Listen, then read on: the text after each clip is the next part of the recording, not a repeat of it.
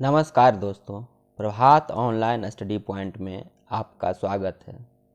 दोस्तों, आज के क्लास में आधुनिक भारत का एक महत्वपूर्ण टॉपिक ब्रिटिश काल में गठित महत्वपूर्ण आयोग से संबंधित है, जो सभी एग्जाम के लिए अति महत्वपूर्ण है। दोस्तों, इसमें 5 कॉलम दिया हुआ है।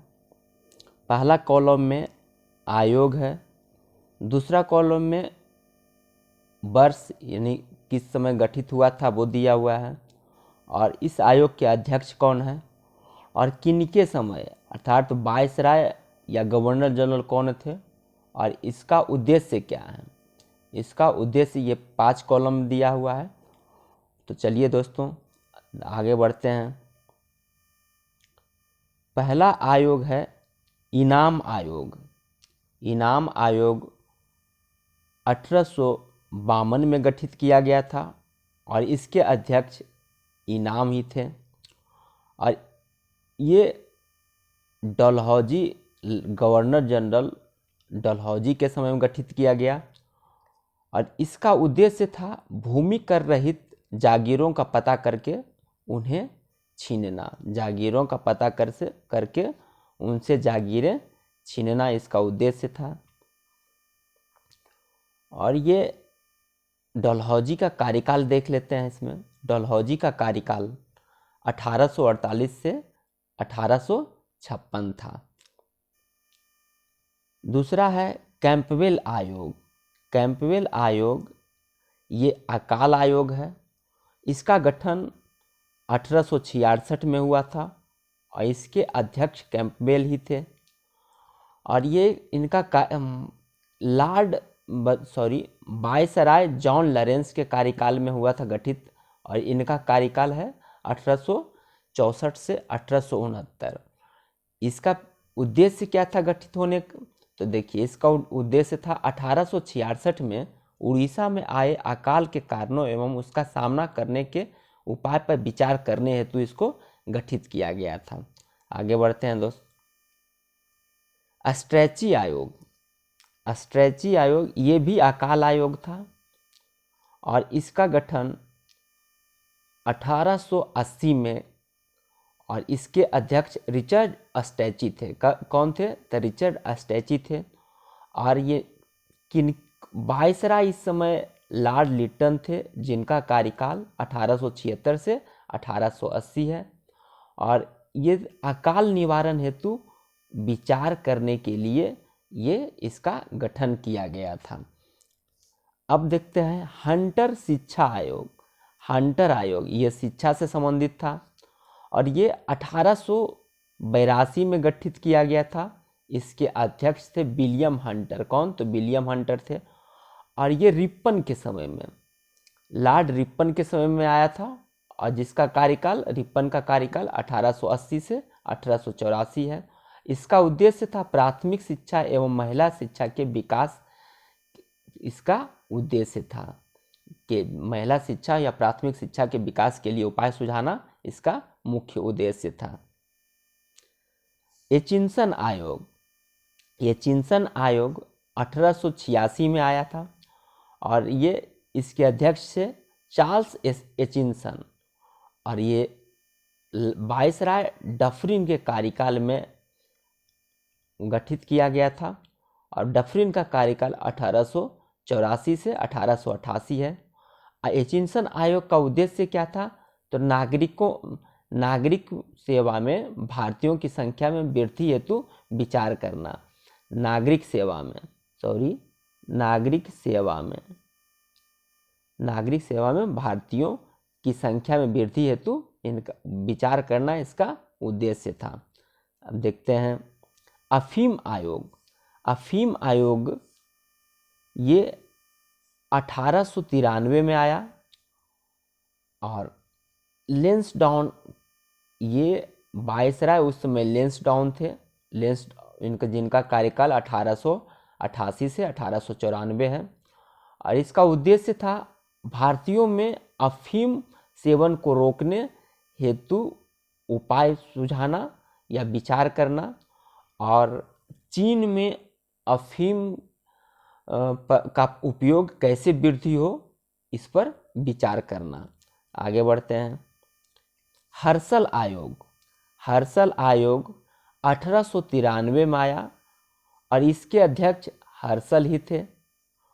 और कार्यक इन वायसराय इस समय लेंसडाउन थे, जिनका कार्यकाल 1888 से 94 है। इसका मुख्य उद्देश्य था टकसाल संबंधी सुझाव देना। टकसाल अर्थात मुद्रा सिक्कों की ढलाई से संबंधित सुझाव देना। अब देखते हैं डुरंड आयोग। डुरंड आयोग 1893 में आया, गठित किया गया। इसके अध्यक्ष थे हेनरी मार्टिमेर डुरंड। कौन? तो हेनरी मार्टिमेर डुरंड।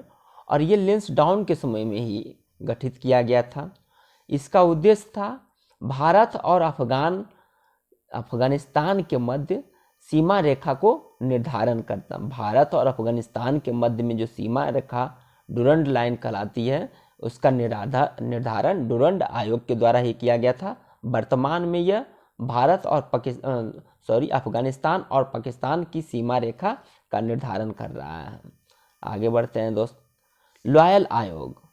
लॉयल आयोग जो था ये अकाल से संबंधित आयोग था और ये 1898 में गठित किया गया था। इसके अध्यक्ष थे जेम्स लॉयल। कौन? तो जेम्स लॉयल। और वायसराय इस समय थे एल्गिन द्वितीय। एल्गिन द्वितीय और जिनका कार्यकाल था 1894 से 99। और यही एल्गिन द्वितीय हैं जिनका कहना था भारत को तलवार के बदौलत जीता गया था और तलवार के बदौलत ही अपने कब्जे में रखा जाएगा। और ये इसका उद्देश्य क्या था? तो स्ट्रेची आयोग के रिपोर्ट पर विचार करने हेतु। क्या वो स्ट्रेची आयोग जो सुझाया है, उपाय सुझाया है अकाल से निपटने के लिए, क्या वो सही है, गलत है, उस पर विचार करने हेतु। अब देखते हैं मैकडोनाल्ड आयोग। मैकडोनाल्ड आयोग 1901 में गठित किया गया था। इसके अध्यक्ष थे एंथनी मैकडोनाल्ड। कौन? तो एंथनी मैकडोनाल्ड। और किसके समय में गठित किया गया था? अर्थात वायसराय कौन थे इस समय? तो कर्जन थे, जिनका कार्यकाल 1899 से 1905 है। इनके कार्यकाल की एक महत्वपूर्ण घटना है बंगाल विभाजन। लॉयल आयोग की रिपोर्ट पर ये विचार करने हेतु लॉयल आयोग, स्ट्रेची आयोग पर रिपोर्ट पर विचार करने हेतु लॉयल आयोग आया था और लॉयल आयोग के रिपोर्ट पर विचार करने हेतु ये मैकडोनाल्ड आयोग आया। आगे देखते हैं सिंचाई आयोग। सिंचाई आयोग 1901 में आया, गठित किया गया। इसके अध्यक्ष थे कॉलिन स्कॉट मैनक्रिफ। कॉलिन स्कॉट मैनक्रिफ, इसे मैनक्रिफ आयोग के नाम से भी जाना जाता है और ये कर्जन के समय में ही आया था। और इसका उद्देश्य था सिंचाई व्यवस्था में सुधार हेतु वित्तीय सहायता पर विचार करना। ये सिंचाई व्यवस्था में सुधार हेतु सरकारी वित्तीय सहायता पर विचार करना इसका उद्देश्य था। विश्वविद्यालय आयोग। विश्वविद्यालय आयोग 1902 में थॉमस रैले की अध्यक्षता में गठित किया गया। और कौन गठित किया, किसके समय में गठित किया गया था? तो कर्जन के समय में ही। और इसका उद्देश्य क्या था? तो इसका उद्देश्य था विश्वविद्यालयों की स्थिति का आकलन करके कार्य क्षमता को बढ़ाने हेतु सुझाव देना। विश्वविद्यालयों की स्थिति का आकलन करके कार्य क्षमता बढ़ाने हेतु सुझाव देना। लेकिन इसका छुपा हुआ उद्देश्य ये था कि विश्वविद्यालय पर सरकारी नियंत्रण को बढ़ावा देना, क्योंकि विश्वविद्यालय उस समय राष्ट्रवाद का गढ़ बनते जा रहे थे। उसी राष्ट्रवाद के गढ़ को समाप्त करने के लिए ये थॉमस रैले आयोग आया। आगे बढ़ते हैं पुलिस आयोग। पुलिस आयोग का गठन 1902 में सर एंड्रू फ्रेजर की अध्यक्षता में कर्जन के द्वारा किया गया, जिसका उद्देश्य था पुलिस की कार्य पद्धति में सुधार हेतु सुझाव देना। इसका उद्देश्य क्या था? पुलिस की कार्य पद्धति में सुधार हेतु सुझाव देना। रेलवे आयोग। रेलवे आयोग का गठन थॉमस रॉबर्टसन की अध्यक्षता में किया गया था और कर्जन के समय में ही किया गया था और इसका उद्देश्य था वाणिज्य उपकरण के आधार पर रेलवे लाइनों का विकास करना, रेलवे लाइनों का विकास करना। और इसी का नतीजा है कि कर्जन के समय में ही रेलवे का विकास सबसे अधिक होता है। इस्लिंगटन आयोग 1912 में गठित किया गया और इसके अध्यक्ष थे लॉर्ड इस्लिंगटन। और किसके समय गठित किया गया? तो हार्डिंग द्वितीय के समय गठित किया गया, जिनका कार्यकाल 1910 से 1916 था। और इसका उद्देश्य था सिविल सेवाओं में भारतीयों की हिस्सेदारी कैसे बढ़ाई जाए, इस पर विचार करने हेतु इस्लिंगटन आयोग का गठन किया गया। मैकलेगन आयोग का गठन 1914 में किया गया, जिसके अध्यक्ष मैकलेगन ही थे और ये हार्डिंग द्वितीय के समय ही गठित किया गया। और इसका उद्देश्य क्या था? तो सहयोगी वित्त के संगठन में बहुमूल्य अनुमोदन के लिए, सहयोगी वित्त के संगठन में बहुमूल्य योगदान के लिए मैकलेन समिति का गठन किया गया। सेडलर आयोग का गठन 1917 में किसकी अध्यक्षता में? तो माइकल सेडलर की अध्यक्षता में।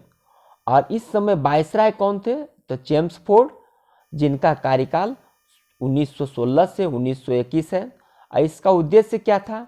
तो कलकत्ता विश्वविद्यालय की समस्याओं के अध्ययन हेतु, कलकत्ता विश्वविद्यालय की समस्याओं के अध्ययन हेतु सेडलर आयोग का गठन किया गया।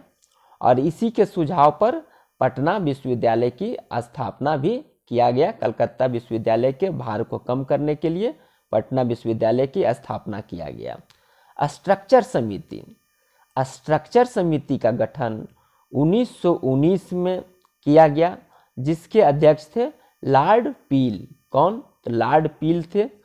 और ये चेम्सफोर्ड के समय में ही गठित किया गया। किसके समय में? चेम्सफोर्ड के समय में। इसका उद्देश्य क्या था? तो जेल प्रशासन में सुधार हेतु उपाय सुझाना, जेल प्रशासन में सुधार हेतु उपाय सुझाना इसका उद्देश्य था। भारतीय छटनी समिति 1923 में गठित किया गया और इसके अध्यक्ष थे लॉर्ड इंचकैप। ये लॉर्ड इंचकैप आयोग के नाम से भी जाना जाता है। और किसके समय गठित किया गया?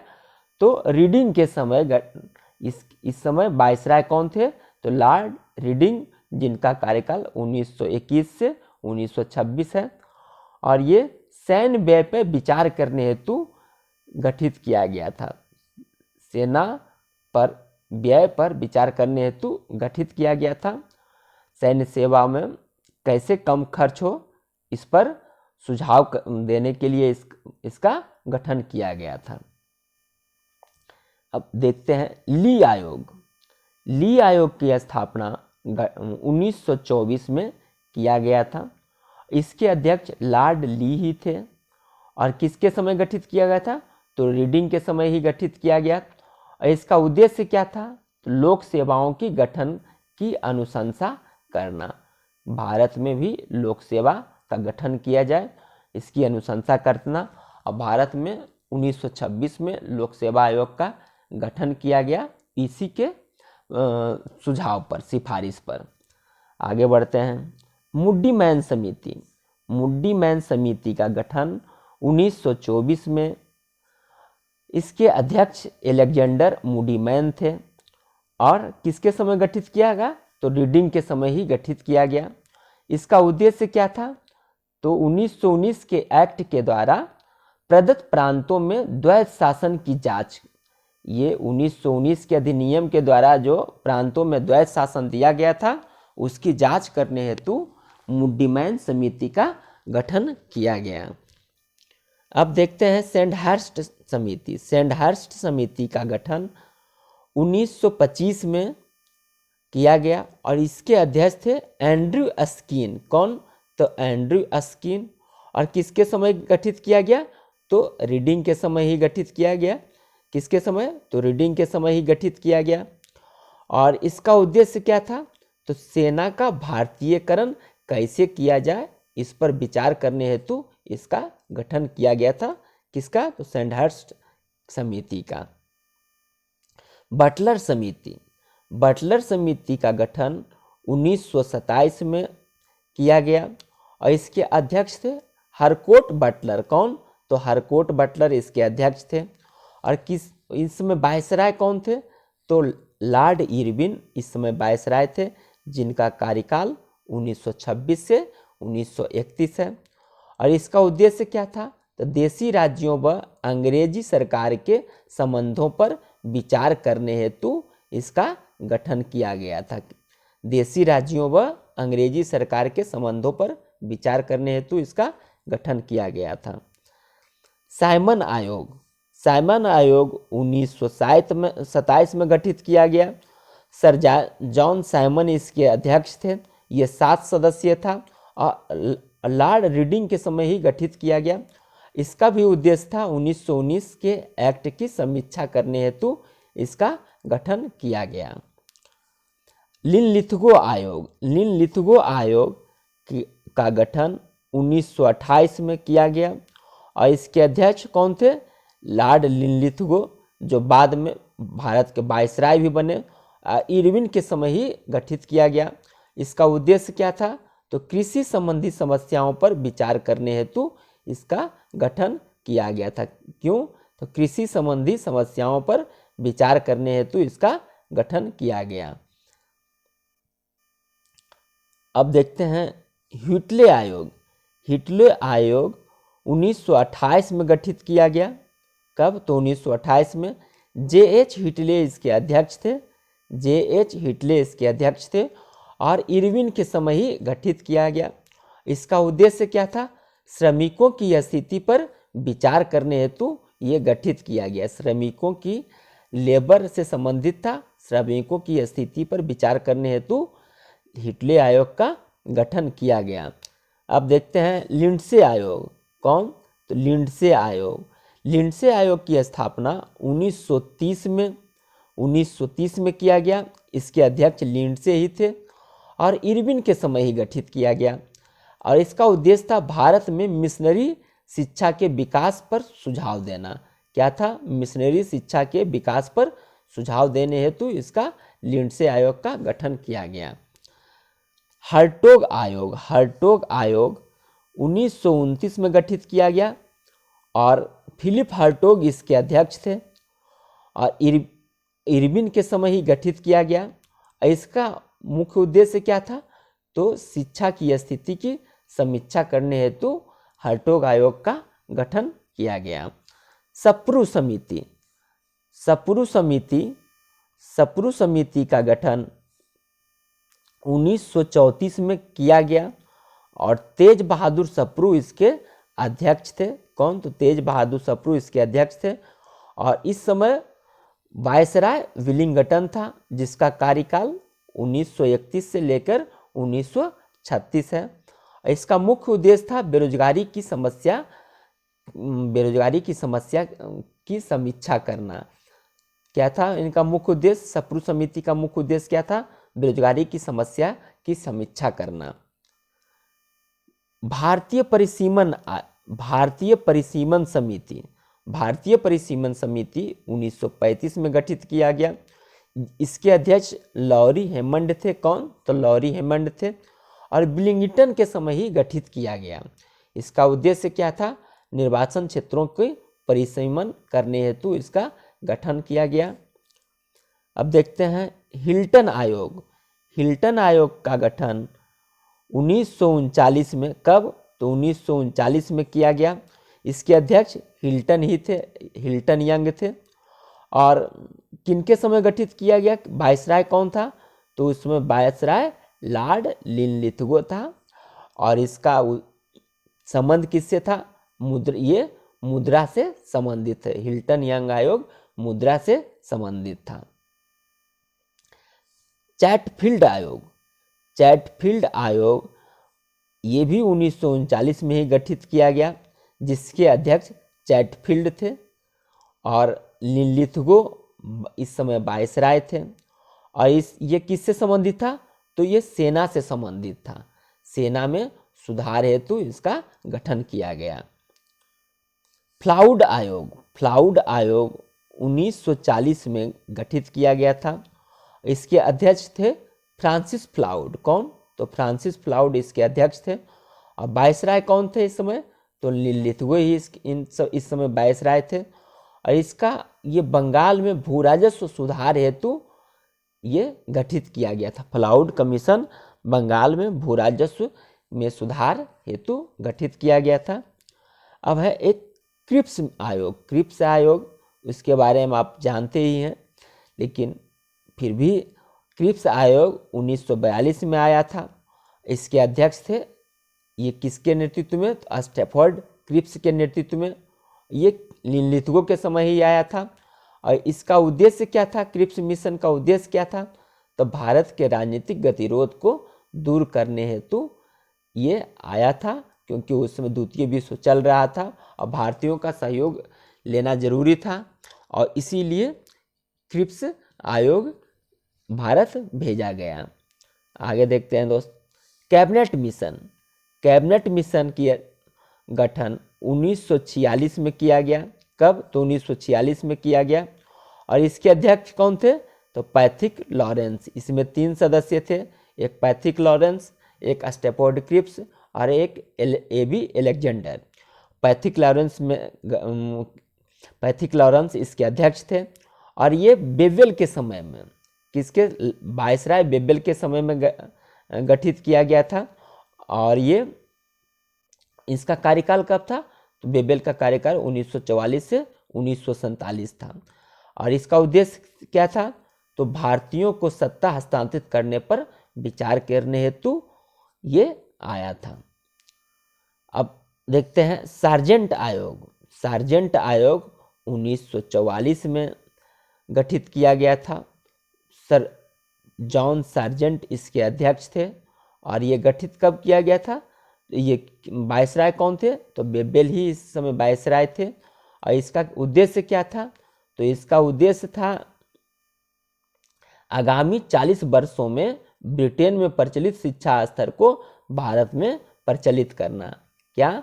तो जिस प्रकार के शिक्षा स्तर ब्रिटेन में है, उसी प्रकार के शिक्षा स्तर को भारत में आगामी 40 वर्षों में प्रचलित करना है। लेकिन 1947 में भारत आज़ाद हो जाता है और इसका सार्जेंट आयोग का उद्देश्य धरा का धरा रह जाता है।